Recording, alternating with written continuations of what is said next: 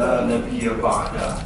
قال الله تعالى: أعوذ بالله السميع العليم من الشيطان الرجيم.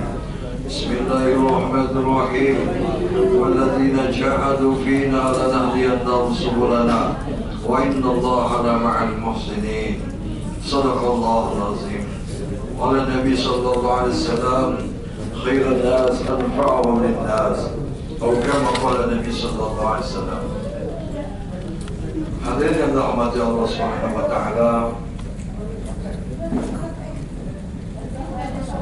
Dulu ada satu orang wali Allah pergi haji naik kapal.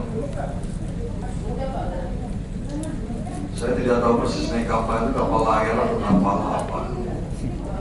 Tapi yang dari mulia, rombongan haji ini membawa 100 orang kiai dari seluruh tanah Jawa. Kemudian dalam perjalanan haji itu, biasanya mereka perjalanan haji naik kapal sampai tempat tujuan kemudian balik lagi, itu makan waktu 6 bulan. Maka dalam perjalanan itu mereka, kapal ini kena badai teri ya. Badai teri sehingga kapal itu dipenuhi oleh teri, sehingga kapal itu tidak bisa jalan. Maka semua kiai-kiai ini berusaha untuk menghalau badai teri ini. Mulai kiai yang paling sepuh, kiai yang paling sakti, mencoba untuk menyingkirkan badai teri itu. Tapi gak ada yang bisa. Satu kiai, dua kiai, 4 kiai, 5 kiai, sampai 99 kiai sudah mencoba. Teri itu semakin numpuk, semakin tinggi, sehingga kapal itu terperangkap dengan badai teri.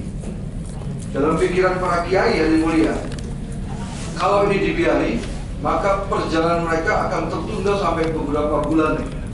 Jadi bukan 6 bulan, nggak tahu berapa bulan perjalanan. Maka mereka bermusyawarah dengan 99 kiai. Kita ini kan 100 orang, ini baru 99 kiai. Yang satu kiai lagi mana? Ternyata satu kiai lagi itu masih muda. Kemudian dia berada di dek bawah, yang mulia. Berada di dek bawah, dia zikir saja. Maka dipanggil. Kemudian disampaikan bahwa kita ini kena badai teri. Kalau ini dibiarin, kita akan tertunda sampai berbulan-bulan. Kita semua sudah berusaha, sudah coba dengan amalan kita masing-masing, tapi nggak ada yang bisa. Tinggal kamu di terakhir ini. Wah, saya tuh paling muda, nggak bisa, nggak boleh. Kami udah coba semua, tinggal kamu. Maka akhirnya kiai muda ini hadirin mulia, dia minta izin sholat 2 rakaat, kemudian dia naik ke atas. Dia tunjuk teri yang numpuk yang ngalangin kapal itu. Dia tunjuk, Bismillah. Itu teri itu berserak, kapal ini langsung jalan. Apa kata para kiai yang 99? Wah, lihat, sekali tunjuk pakai Bismillah aja tuh teri bisa bertaburan. Kita udah zikir ayat ini, ayat itu dipakai, tapi teri juga enggak pergi-pergi. Dia sekali tunjuk saja baca Bismillah, terinya minggir semua, kapal jalan. Hadirin rahmat Allah Subhanahu wa taala. Siapa dia? Kiai itu bagus Muhammad Falak, Mama Falak Bogor. Hadirin rahmat Allah Subhanahu wa taala. Sejak itulah Mama Falak Bogor ini terkenal. Sehingga kiai-kiai sepuh pun datang ke pondok dia untuk mengambil berkah. Hadirin rahmat Allah Subhanahu wa taala. Mama Falak ini digelar sebagai wali agung dari Bogor. Tidak banyak yang mengetahui hadirin mulia. Tapi kita dari Medan sana, alhamdulillah kita sudah ziarah, sudah jumpa dengan keturunannya. Maka sebagian amal kita itu sangatnya nyambung ke Mama Falak Bogor. Hadirin rahmat Allah Subhanahu wa taala. Inilah kehebatan wali-wali Allah. Ada lagi satu cerita hadirin mulia. Jadi ada satu orang kiai pergi ziarah ke makam Syekh Abdul Qadir Jilani di Baghdad. Maka setelah sampai di sana, itu juru kunci Syekh Abdul Qadir Jilani yang mulia. Dia tanya, ini kalian dari mana? Dari Indonesia. Oh, dibilang juru kunci ini ada dari Indonesia, tiap malam Jumat itu datang ke makam ini. Wow, kaya benar kata kiai itu. Tiap malam Jumat datang ke Baghdad, Pak. Kan kaya itu, nih pesawatnya berapa? Dan itu rombongan katanya. Itu paling sedikit 20 orang. Tiap malam Jumat datang ke sini. Siapa namanya? Abuya Dimyati Banten rahmatullah alaih. Maka kiai ini penasaran, dia tunggu, katanya mulia, ditunggu, ternyata benar ketemu. Sampai ke makam itu rombongan Abuya Dimyati, kemudian dia baca tawasul, Fatihah, baca Yasin, kemudian pergi. Sempat ditanya kepada anak-anak muridnya, "Ini dari mana?" "Dari Banten." Oh, akhirnya dicarinya, pulang ke Indonesia, dicarinya di Banten itu, katanya mulia, di Cidahu, Banten. Pondoknya Abuya Dimyati. Datang ke pondok itu, kemudian jumpa dengan murid-muridnya, ditanyain, kenal dari mana dengan Abuya Dimyati? Di Baghdad. Katanya Abuya Dimyati tiap malam Jumat itu pergi ke Baghdad. Oh enggak, kata muridnya. Tiap malam Jumat itu di sini tawasulan, baca bakar buhur, yasinan, tawasulan. Nggak mungkin pergi kemana-mana Abuya, karena tiap malam Jumat itu ritual yang harus dibuat sama Abuya di pondok ini, sama semua santri dan murid-muridnya. Hadirin yang mulia, kemudian jumpa dengan Abuya. Apa kata Abuya Dimyati? Memang seperti itu. Jadi orang yang sudah istiqomah, tawasulan, hadirin mulia, tawasul kepada syekh ini, syekh ini, syekh ini. Kalau sudah sampai makomnya, hadirin mulia, seperti makam Abuya Dimyati, orang lain bisa jumpa dengan dia di makam itu. Tawasulannya di Banten, di Cidahu, hadirin mulia, tapi orang ketemu dengan dia di Baghdad sana. Itu hebatnya tawasul itu. Cuma kan ada satu sisi orang yang menyepelekan tawasul ini, hadirin mulia, dianggap bid'ah, dianggap hal-hal yang baru. Padahal wali-wali dulu sudah merasakan hebatnya tawasul itu, hadirin. Tawasul ini kan sisi lain kita silaturahmi dengan para wali yang sudah berangkat lebih dulu dari kita. Dan mereka ini tidak pernah mati, hadirin mulia. Jasadnya saja yang mati, hadirin mulia. Tapi sungguhnya Allah Subhanahu wa taala katakan mereka ini tidak pernah mati. Mereka ini hidup, hadirin mulia. Kalau kita tawasul itu silaturahmi kepada mereka. Apalagi kalau kita punya amalan, sanadnya sampai kepada wali-wali. Kita baca dulu baru kita buat amalan. Itu hadirin yang dirahmati Allah Subhanahu wa taala. Wali-wali ini kalau Allah izinkan mereka turun ke bumi menjumpai kita. Maka hadirin dirahmati Allah Subhanahu wa taala. Dalam satu hadis, ini ruh wali-wali Allah kan di Iliyin. Di Iliyin itu ditaruh di gantungan-gantungan lentera, hadirin mulia. Kalau malam itu mereka turun, diizinkan Allah turun ke bumi. Kemudian menjelang fajar mereka naik lagi. Makanya dianjurkan, apalagi kalau malam Jumat. Kalau malam Jumat itu malah, kata ulama-ulama kita, kalau kita ziarah malam Jumat ke makam wali, itu seperti kaca cermin aja. Kita berada di sebelahnya, wali itu berada di sebelahnya. Seperti itu saja tipis. Cuma karena kita belum dibuka hijab oleh Allah, kita tidak bisa melihat kehadiran para wali, tapi para wali diizinkan oleh Allah melihat kita. Ziarah ke makam ibu kita juga seperti itu. Kalau malam Jumat kita ziarah ke makam ibu kita, atau hari Jumat, hari Jumat, seperti itu juga. Tipis ya, dibuka hijab oleh Allah Subhanahu wa taala, seperti tipisnya cermin, sehingga kita bisa berhadapan tapi tidak bisa melihat. Tapi ruh orang-orang soleh ini bisa menyaksikan dan melihat kita. Hadirin rahmati Allah Subhanahu wa taala, ini santunnya orang yang hidup di dunia ini kepada wali-wali Allah. Saya menulis buku tentang kehebatan wali-wali Allah. Tapi buku itu terbitnya di Malaysia. Itu ada bukunya, tebal.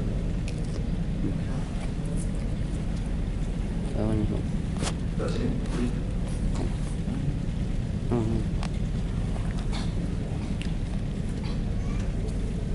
Sebenarnya buku ini mau menghantam orang-orang yang nggak percaya dengan keramat wali-wali Allah. Terbit di Malaysia, ini bestseller, pengajian-pengajian pakai buku ini. Cuma mereka kira saya itu orang Malaysia, sehingga mereka cari saya nggak ketemu-ketemu. Saya itu orang Medan, bukan orang Malaysia. Ini bestseller.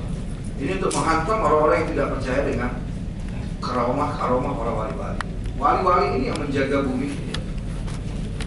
Kalau orang sudah tidak subah lagi dengan para wali, Walaupun wali itu sudah meninggal namanya, tapi kita tetap harus subah. Sebetulnya kan bukan orang yang meninggal itu bukan kena musibah, itu proses perpindahan.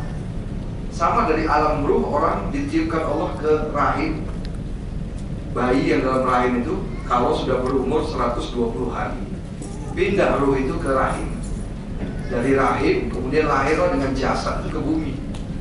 Di bumi sudah habis jatah hidupnya, ya. Kemudian jasad ini dibinasakan oleh Allah. Ruhnya Allah pindahkan ke barzah, ke kubur. Dari kubur, dari barzah ini baru Allah pisah. Ini di Eliyin atau di Sijin. Ruh orang-orang jahat di Sijin, lapisan bumi ke-7. Ruh orang-orang soleh di Eliyin, lapisan langit ke-7. Dipisah, nggak boleh gabung. Baru nanti di akhirat itu ruh dikumpulkan lagi oleh Allah di padang mahsyar. Proses perpindahan saja. Makanya waktu ada orang meninggal dunia dibilang kena musibah, saya nggak sepaham. Karena itu proses perpindahan saja. Kalau dia orang soleh, kita masih bisa berkomunikasi. Hadirin rahmati Allah Subhanahu Wa Taala. Seperti itu memang proses alam ini. Jadi bukan musibah, bukan bencana. Musibah itu kalau jempol kaki kita itu kesandung akar, ketimpa batu, itu musibah. Tapi kalau orang meninggal itu proses alamiah yang harus dilalui oleh semua orang.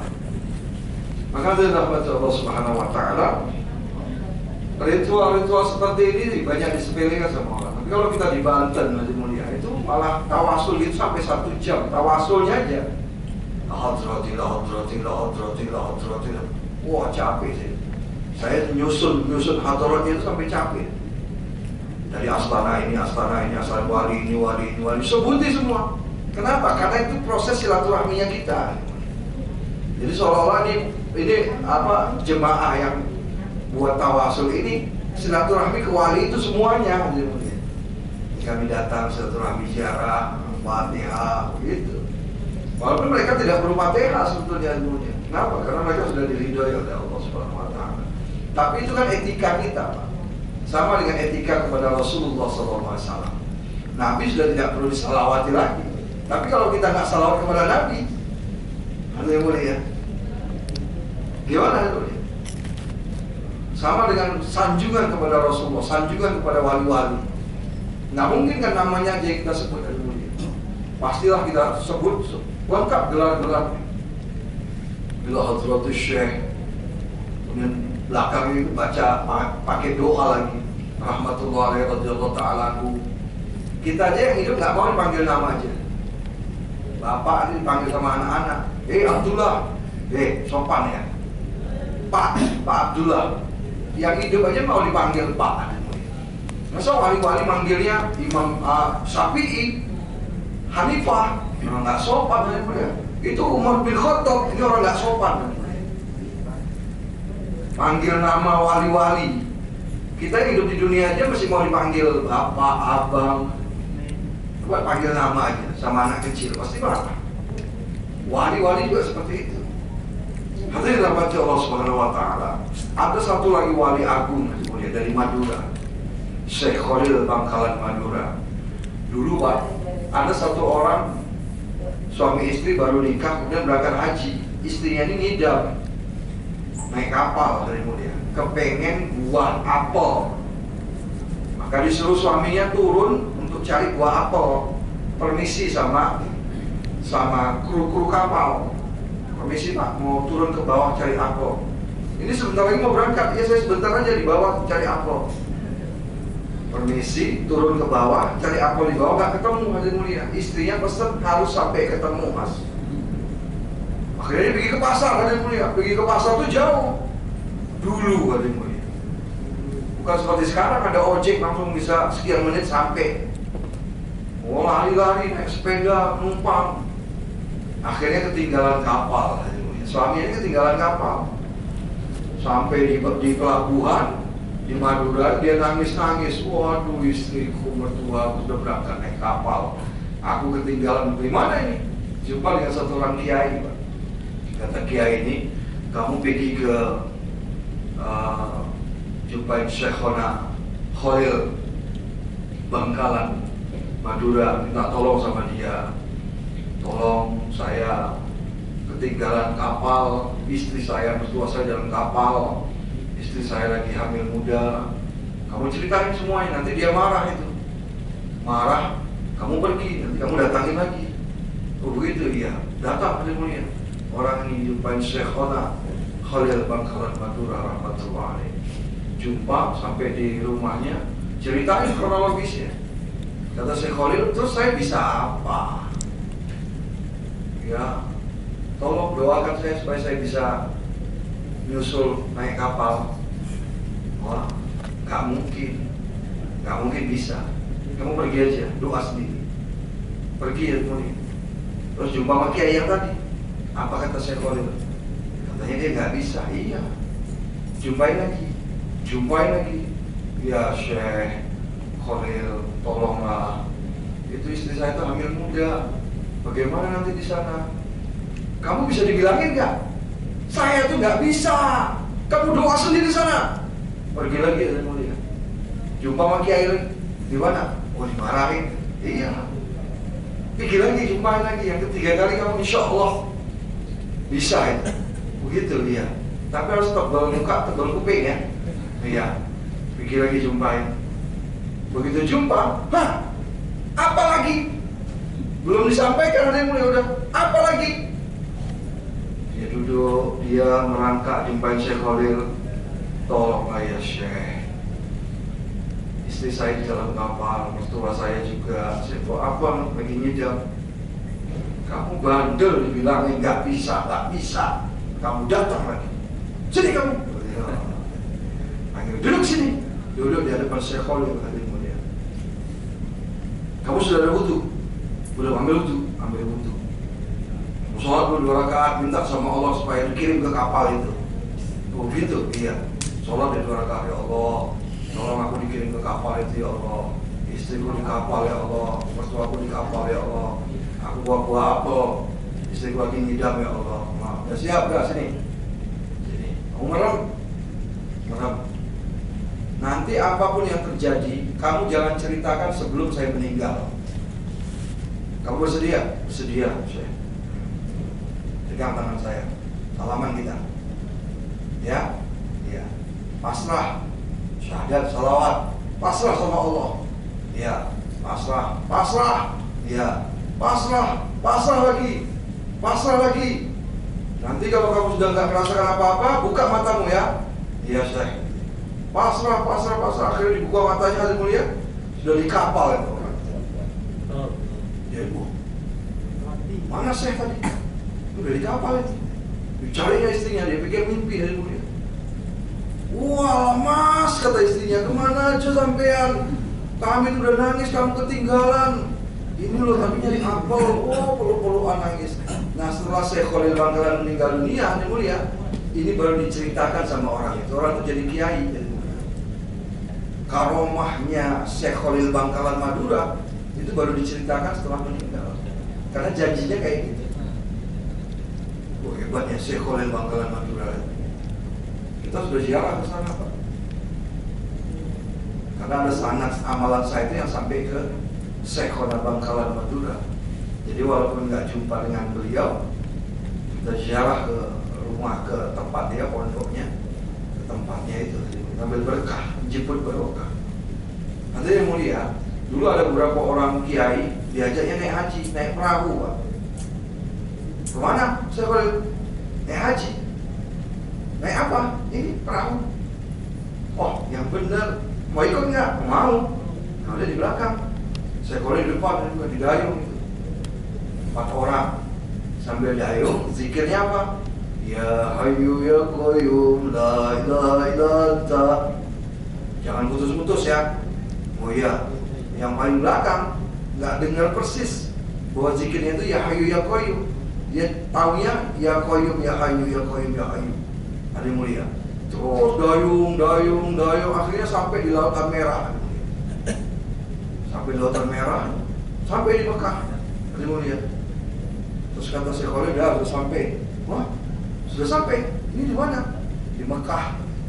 Sampai yang 4 orang ini cerita. Tulis dalam buku. Bahwa perjalanan mereka itu cuma 1 malam aja, Pak. Maghrib berangkat, subuh sampai. Zikirnya apa? Ya Hayyu ya Qayyum, la ilaha illa anta. Padahal yang paling belakang zikirnya salah, sampai juga. Karena satu kapal ya sampai, satu sampan muatnya 4 orang, gimana coba? Kapal ini aja dari Medan ke Tanjung Priok 3 hari. Dia pergi maghrib sampai di Mekah sana subuh. Wali Allah. Syekh Khalil ini sempat beberapa tahun jadi imam dari Masjidil Haram. Hadirin rahmati Allah Subhanahu wa taala, kehebatan wali-wali kita ini nggak pernah diungkapkan lagi, ya. Sempat menjadi imam besar di Masjidil Haram. Syekh Khalil Bangkalan Madura, Syekh Abdul Karim Banten, Syekh Nawawi Tanara Banten, sempat menjadi imam. Mereka nulis kitab itu, kebanyakan kitab yang mereka tulis itu nulisnya itu di Mekah, di Madinah. Sekarang kita mengagungkan ulama-ulama luar, ulama-ulama di sini di Indonesia kita sepelekan, seolah-olah Arab itu lebih hebat, Yaman lebih hebat, Syria lebih hebat. Enggak, wali-wali kita sempat jadi imam, guru-guru di Mekah Madinah. Maka itu dirahmati Allah Subhanahu wa taala.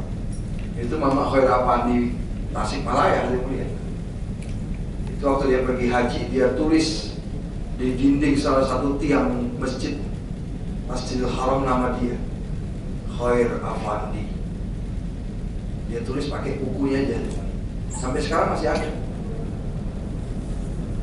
Kiai-kiai yang tahu tempatnya itu pasti ngelihat tempat itu, dan itu nggak bisa ditempel. Pernah ditempel sama orang-orang Wahabi, mau dihapus, lepas lagi di tempelan. Khair Afandi. Hadirin rahmati Allah Subhanahu wa taala, lupa kita dengan kehebatan wali-wali kita di sini. Sekarang mereka, kita nggak jumpa sama dia, tapi mereka meninggalkan amalan-amalan. Makanya amalan itu, hadirin mulia, sebaiknya harus punya sanad dan ada ijazah dari kiai-kiai. Kalau tidak, nanti bisa punya efek datangnya gangguan jin atau iblis. Harus ada sanad, hadis saja harus ada sanad. Masa amalan-amalan para wali nggak punya sanad? Bismillah aja itu harus ada sanadnya. Itu Mama Kresek, Kiai besar dari Garut, itu pergi jumpain Syekh Khalil Bangkalan Madura, minta amalan, cuma dikasih Bismillah aja, Pak. Kata Mama Kresek apa? Cuma ini aja, Kiai. Emang kamu udah dapat itu Bismillah? Belum. Ya udah itu aja. Cuma dapat Bismillah aja. Kasih amalan Bismillahirrahmanirrahim. Ini amalan. Jauh-jauh dari Garut ke Madura sana cuma dapat Bismillahirrahmanirrahim.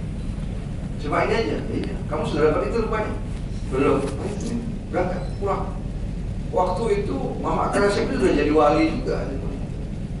Cuma ngambil amalan Bismillahirrahmanirrahim dengan Syekh Khalil Bangkalan Madura.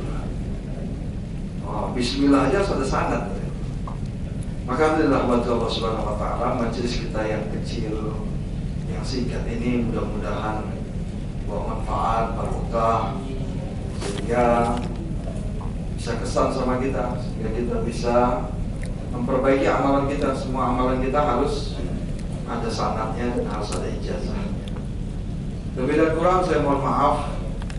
Mudah-mudahan pertemuan kita diridhai oleh Allah Subhanahu wa taala. Amin. Taufiq wal hidayah. Subhanakallahumma wa bihamdika asyhadu an la ilaha illa anta astaghfiruka wa atubu ilaik. Assalamualaikum warahmatullahi wabarakatuh.